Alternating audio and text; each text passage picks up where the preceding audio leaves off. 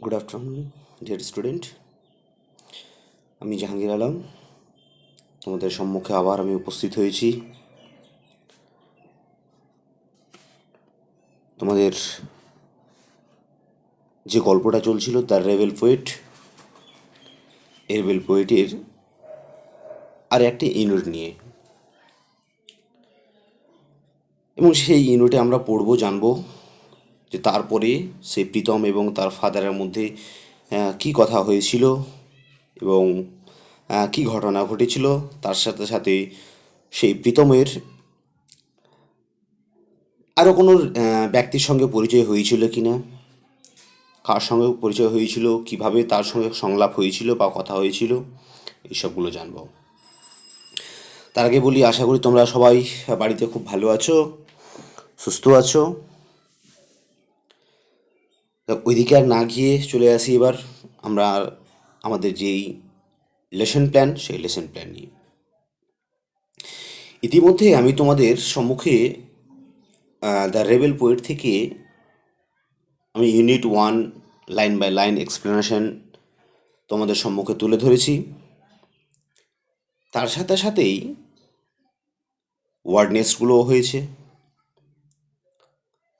এবং এর পাশাপাশি আমরা অ্যাক্টিভিটি 1 এবং অ্যাক্টিভিটি 2 এবং অ্যাক্টিভিটি 2 এর যে অ্যান্সারগুলো, কোশ্চেন অ্যান্সারগুলো, সেই অ্যান্সারগুলো আমরা করতে পেরেছি। এই অ্যাক্টিভিটিগুলো যেমন অ্যাক্টিভিটি 1, অ্যাক্টিভিটি 2 এবং বিগত ইউনিটের দ্য রেবেল পোয়েট থেকে বিগত ইউনিটের যে ওয়ার্ড নেস্টগুলো দিয়েছিলাম, তাদের মধ্যে অনেকেই তোমরা আমাকে সেই অ্যাক্টিভিটিগুলো অর্থাৎ হোমওয়ার্কগুলো যেগুলো দেওয়া হয়েছিল অনেকেই দেখিয়েছো। যারা দেখাচ্ছ তারা খুব ভালো হচ্ছে, তার জন্য অনেক অনেক ধন্যবাদ যে তোমরা বাড়িতে পড়াশোনাটা চালিয়ে যাচ্ছ। কিন্তু এখনও কিছু কিছু স্টুডেন্ট আছে যারা এখন পর্যন্ত তাদের হোম টাস্কগুলো এখনও পৌঁছাচ্ছে না। তো অতএব যারা হয়তো দিচ্ছ না তাদেরকে বলবো তোমরা হোম টাস্কগুলো দাও এবং সেগুলোকে ভেরিফাই করিয়ে নিও। তাহলে এবার চলে যাই আমরা ইউনিট 2। ইউনিট 2 তাহলে ফার্স্ট ইউনিটে আমরা কি পেয়েছিলাম? ফার্স্ট ইউনিটে পেয়েছিলাম প্রীতম এবং তার বাবা একে অপরের সঙ্গে কথা বলছিল কি দিয়ে, এ দেশের একজন প্যাট্রিয়টিক যে পোয়েট কাজী নজরুল ইসলামের ওপরে তাদের মধ্যে সংলাপ হচ্ছিল। এবং শেষ পর্যন্ত আমরা যতদূর পর্যন্ত ছেড়েছিলাম ততদূর পর্যন্ত আমরা কি পেয়েছিলাম, যে পেয়েছিলাম তার সেই যেই বিদ্যালয়ে কাজী নজরুল ইসলাম কর্মরত ছিলেন, সেই কর্মরত বিদ্যালয়ের প্রধান শিক্ষকের নাম জেনেছিলাম। সেই বিদ্যালয়ের প্রধান শিক্ষকের নাম ছিল কুমুদরঞ্জন মল্লিক, এবং তার যে অর্থাৎ কাজী নজরুল ইসলামের যে শিক্ষক ছিলেন, সেই কাজী নজরুল ইসলামের শিক্ষকের নাম ছিলেন কি? নিবারণ চন্দ্র ঘাতক। এবার চলে যাই আমরা নেক্সট টপিকে বা নেক্সট ইউনিটে। এবার আবার প্রীতম বলছে, এর আগে তাহলে শেষ করেছিল কি? ফাদার কথা বলে শেষ করেছিল। তারপরে আমরা নেক্সটে চলে এবার প্রীতমের উক্তিতে। প্রীতম কি বলছে? Did Kumod Ranjan inspire him to write poems? তখন প্রীতম তার বাবাকে বলছে যে কুমোদ রঞ্জন মল্লিক কি সেই এই কবিকে অর্থাৎ কাজী নজরুল ইসলামকে কবিতা লিখতে উদ্বুদ্ধ করেছিলেন? Did Kumod Ranjan inspire means হচ্ছে উদ্বুদ্ধ করা, অনুপ্রেরণা জোগানো। হিম টু রাইট পোয়েমস, কবিতাগুলি লিখতে গিয়ে তাকে উদ্বুদ্ধ করেছিলেন ফাদার। তারপর বাবা কি বলছেন? ইয়েস, হ্যাঁ, তাকে উদ্বুদ্ধ করেছিলেন। But Nazrul was also influenced by Rabindranath. কিন্তু এই কাজী নজরুল ইসলাম নিজেও কি করেছিলেন? রবীন্দ্রনাথের দ্বারা কিন্তু কি হয়েছিলেন? ইনফ্লুয়েন্সড, মুগ্ধ হয়েছিলেন।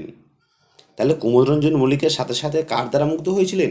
এই রবীন্দ্রনাথ ঠাকুরের দ্বারা মুগ্ধ হয়েছিলেন। তা রবীন্দ্রনাথ ঠাকুর কে আমরা জানি? রবীন্দ্রনাথ ঠাকুর হলেন কি আমাদের বিশ্বকবি। Hmm and the Persian poet like Hafez and Khayyam. তাহলে এবং আর কার কার দ্বারা উদ্বুদ্ধ হয়েছিলেন? Persian poet. পার্সিয়ান পোয়েট মানে পারস্য দেশে যারা বাস করে তাদেরকে বলা হয় পার্সিয়ান। যেমন আমরা ইন্ডিয়ায় বাস করলে আমাদেরকে কি বলা হয়? ইন্ডিয়ান। যেমন পাকিস্তানে যারা বসবাস করে তাদেরকে বলা হয় কি? পাকিস্তানি। যেমন বাংলাদেশে যারা বসবাস করে তাদেরকে কি বলা হয়? বাংলাদেশি। সেই রকম পারস্য হচ্ছে একটা দেশ, সেই পারস্য দেশে যারা বসবাস করে তাদেরকে বলা হয় পার্সিয়ান। আর পারস্য দেশের কবিদেরকে বলা হয় পার্সিয়ান পোয়েট। তাহলে আর কার দ্বারা উদ্বুদ্ধ হয়েছিলেন? যে পার্সিয়ান পোয়েট লাইক কার কার মতো? হাফেজ অ্যান্ড খাইয়াম। হাফেজ এবং খাইয়ামের মতো পার্সিয়ান পোয়েটদের দ্বারা তিনি কি হয়েছিলেন? উদ্বুদ্ধ হয়েছিলেন বা মুগ্ধ হয়েছিলেন। তার কারণেই তিনি এতগুলো কবিতাগুলো লিখেছিলেন। তারপর আবার দেখবি একটা নতুন চরিত্র আসছে, কে? আঙ্কেল রহিম। আঙ্কেল রহিম মিন্স কাকা রহিম। এবার তাদের এই কথাবার্তা শুনে কাকা রহিম আসলো, এবং কাকা রহিম এসে তিনি কি বলছেন? Did you know that Nazrul joined the army under the British?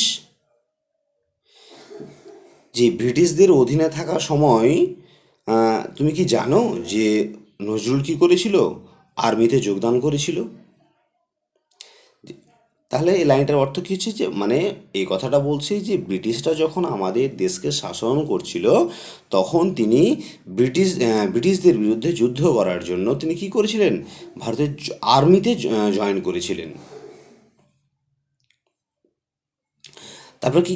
তারপর কি বলছে? He was in the 49th Bengal regiment. তিনি কি ছিলেন? বাংলার যে একটা he was in the 49th regiment, Bengal regiment. হ্যাঁ, তাহলে কি বলছেন? যে তিনি ছিলেন কততম? 49তম। বাংলা 49তম ছিলেন। After the first world war. এবং কি বলছে? যে প্রথম বিশ্বযুদ্ধের পর দ্য রেজিমেন্ট ওয়াজ ডিসব্যান্ডেড। তাহলে বলছে এই প্রথম বিশ্বযুদ্ধের পর এই যে রেজিমেন্টটা কি হয়েছিল? ভেঙে গেছিল। যে দলটা করেছিল, হ্যাঁ, সেই দলটা কি হয়েছিল? ভেঙে গেছিল ইন 1920, 1920 খ্রিস্টাব্দে। প্রথম বিশ্বযুদ্ধ হওয়ার পর সে যে একটা দল গঠন করেছিল, হ্যাঁ, সেটা কি হয়ে গেছিল? ভেঙে গেছিল। So he came to Kolkata. কাজেই সে আবার কলকাতায় ফিরে এসেছিল। তাহলে আমরা এখানে কি জানলাম? আঙ্কেল পোজার কি বললো তুমি কি জানো? হয়তো কার উদ্দেশ্যে বলছে? যে প্রীতমের উদ্দেশ্যে বলছে। প্রীতমের উদ্দেশ্যে কি বললো? যে তুমি কি জানো যে সে ব্রিটিশদের অধীনের সময় কি হয়েছিল? কাজী নজরুল ইসলাম আর্মিতে যোগদান করেছিল এবং তিনি একটা 49তম একটা দল গঠন করেছিলেন। এবং কি হয়েছিল? যে প্রথম বিশ্বযুদ্ধ হওয়ার পর বা প্রথম বিশ্বযুদ্ধের পর তার এই দলটা 1920 খ্রিস্টাব্দে কী হয়ে গেছিলেন? ভেঙে গেছিলেন। তখন তিনি কি করেছিলেন? যে তিনি আবার কলকাতায় ফিরে এসেছিলেন। তারপরে চলে যাও পরের পরের যে পৃষ্ঠা, পরের পৃষ্ঠায় চলে যাও। এবার বাবা বলছেন। বাবা কি বলছেন দেখো। At that time Indians had Ryzen against A British rule.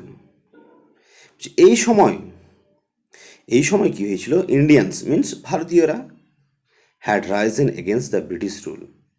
এই সময় সেই ব্রিটিশদের বিরুদ্ধে, ব্রিটিশ শাসনের বিরুদ্ধে ভারতীয়রা কী হয়েছিল? মুখটা উঠিয়ে তুলেছিল। অর্থাৎ কি? ব্রিটিশদের বিরুদ্ধে রুখে দাঁড়িয়েছিল। ব্রিটিশ শাসনের বিরুদ্ধে তারা জেগে উঠেছিল। Nazrul protested against the cruelty of British in his own way, which Nazrul protested মানে কি, প্রতিবাদ করা, against the cruelty of, against মানে কি, বিরুদ্ধে। তাহলে নজরুল কি করেছিলেন, বিরোধিতা করেছিলেন কাদের বিরুদ্ধে, দ্য ক্রুয়েলটি অফ ব্রিটিশ, হ্যাঁ, সেই ব্রিটিশদের বর্বরতার বিরুদ্ধে। ক্রুয়েলটি মিন্স বর্বরতা, বর্বরতা কাকে বলা হয়, নিষ্ঠুরতা যাকে বলা হয়, নির্মমভাবে যে ব্রিটিশরা আমাদের ওপর অত্যাচার করছিলেন সেই তার বিরুদ্ধে কি করা হয়েছিল, তিনি তার এগেনস্টে তিনি প্রতিবাদ করেছিলেন, ইন হিজ ওন ওয়ে, তার নিজস্ব ভাবভঙ্গিতে বা নিজস্ব চিন্তাভাবনার মধ্য দিয়ে। ইনফ্যাক্ট ইতিমধ্যেই he also started writing poems, তিনি শুধু এর মধ্যে মধ্যে কী করেছিলেন, তিনি শুধু যে ব্রিটিশদের বিরুদ্ধে যে তিনি তার নিজস্ব ভাবভঙ্গিতে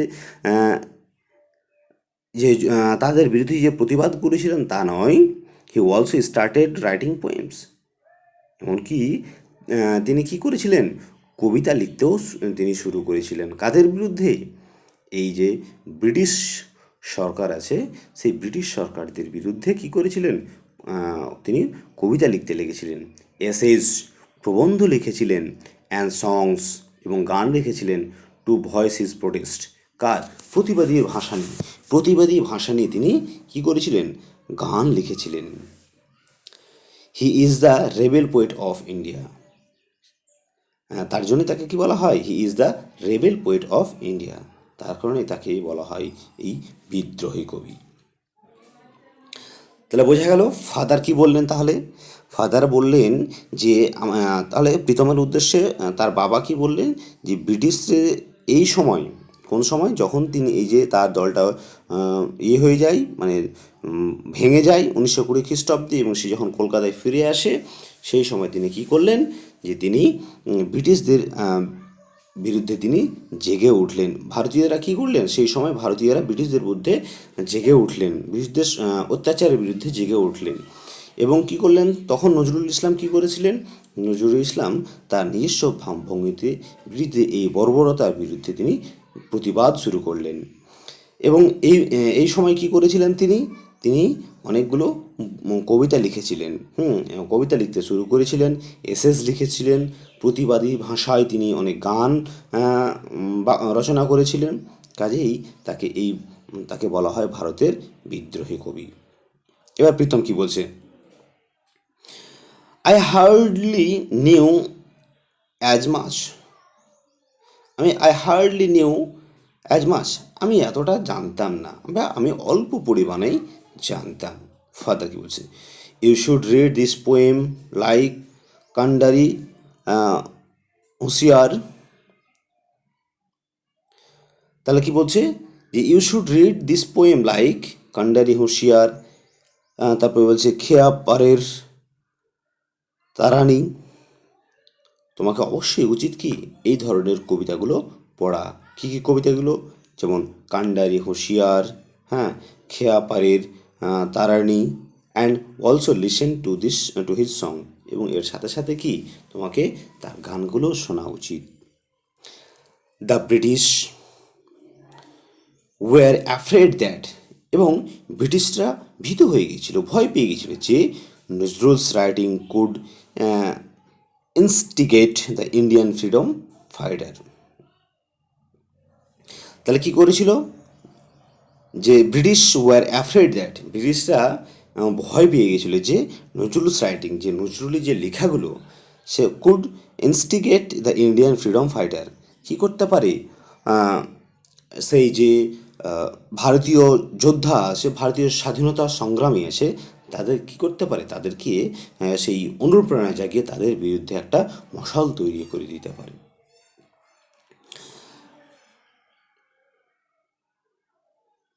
তার প্রীতম কি বলছে, what did the British do, সেই ইংরেজরা বা ব্রিটিশরা কি করেছিল। ডিয়ার স্টুডেন্ট, আজকে আর বেশি যাচ্ছি না, কারণ তোমাদের হোম ট্যাক্সও আবার করতে হবে। তার কারণেই এখান থেকেই তোমাদের যে আজকের লেসন পার্টটা, সেই লেসন পার্টটা এখানেই সমাপ্ত করা হচ্ছে। তোমরা বই একটু মার্ক করে নেবে কতদূর পর্যন্ত Pritam what did the British do, এই পর্যন্ত হচ্ছে তোমাদের আজকের সেই টেক্সট ইউনিট 2 এর পড়া। আশা করি এর পরের দিন তোমাদের এই অ্যাক্টিভিটিটা ইউনিটের বাকি অংশটুকু কমপ্লিট করে তারপরে অ্যাক্টিভিটির দিকে যাওয়া যাবে। তো এবার আমরা চলে যাই সেই অ্যাক্টিভিটির দিকে, যে তোমাদের করণীয় কাজ কী। অনেকেই দেখছি যে যখন তোমরা সেন্টেন্সগুলো তৈরি করতে গিয়ে অনেকেরই সেন্টেন্সগত দিক থেকে একটু ত্রুটি আসছে। তো সেটা নিয়ে যদি ভয় পেয়ে যাও তাহলে হবে না। কারণ যত তোমরা ভুল করবে ততটাই শিখবে। ভুল করে সমাধান করে যখন শিখবে তখন সেটাই সবচেয়ে বেশি মনে থাকবে। অতএব একবার ভুল করলে স্যারকে দেখালে স্যার বললো যে না এটা ভুল হয়ে গেছে, এটা ভুল হয়ে গেছে, তাই বলে মনোবল হারালে চলবে না। কিন্তু যে যতটাই ভুল করবে সে ততটাই ভালো করে শিখবে। যে ভুল না করবে সে কোনোদিন শিখতে পারবে না। অতএব ভুল করলে এটা ভয় পাবে না যে আমাদের খারাপ হচ্ছে। তাই বলবো যে তোমরা কি করবে, তোমরা সঠিকভাবে তোমরা করে যাবে এবং যতটা পারবে চেষ্টা করবে সঠিক করে করার। একদিন দুদিন পর সেটা আবার সঠিক হয়ে যাবে। তাহলে এবার ওয়ার্ড মিনিং দিকে চলে যাই। ওয়ার্ড মিনিংগুলো তোমাদের করে নিতে হবে। ফার্স্ট দেখো, প্রথমে বলছে ইন্সপায়ার কথাটা তোমাদেরকে কি করতে হবে, আন্ডারলাইন করে দিতে হবে। ইন্সপায়ার মিনিংটা করতে হবে। ইন্সপায়ার মিনিং করে তারপরে সেই ইন্সপায়ার দিয়ে কী করতে হবে, একটা বাক্য রচনা করতে হবে, একটা সেন্টেন্স তৈরি করতে হবে। তারপরে দেখো ইনফ্লুয়েন্সড। তোমরা আরেকটা কথা বলি, যদি কেউ সেন্টেন্স তৈরি করতে না পারো, যেমন কোনো একটা বাক্য দিয়ে সেন্টেন্স তৈরি করতে পারলে না, অবশ্যই তোমরা সেটা ফাঁকা রেখে দেবে এবং সেটা আমাকে জানিয়ে দেবে। আমি তোমাদের সেই সেন্টেন্সটা তৈরি করে দিয়ে দেব যদি কোনো কঠিন মনে হয়। আর তোমরা যতটা পারবে ততটা করে ফেলবে। তাহলে দ্বিতীয় যে ওয়ার্ড, সেটা ওয়ার্ড চলে যাও কি, ইনফ্লুয়েন্সড।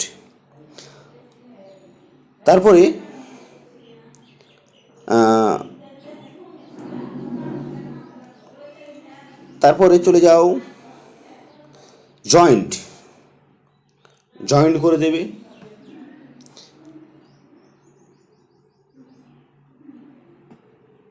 তারপরে চলে যাও ওয়ার,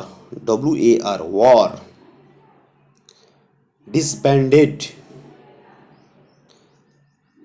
তারপরে চলে যাও পরের পৃষ্ঠায়,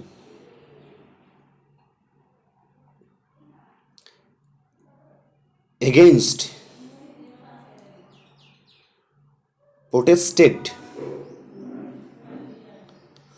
ক্রুয়েলটি, স্টার্টেড, এসে, সং, প্রোটেস্ট, রেবেল,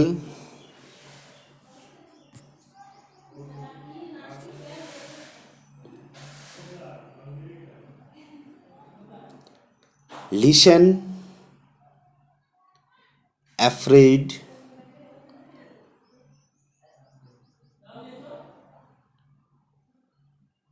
ইনস্টিগেট,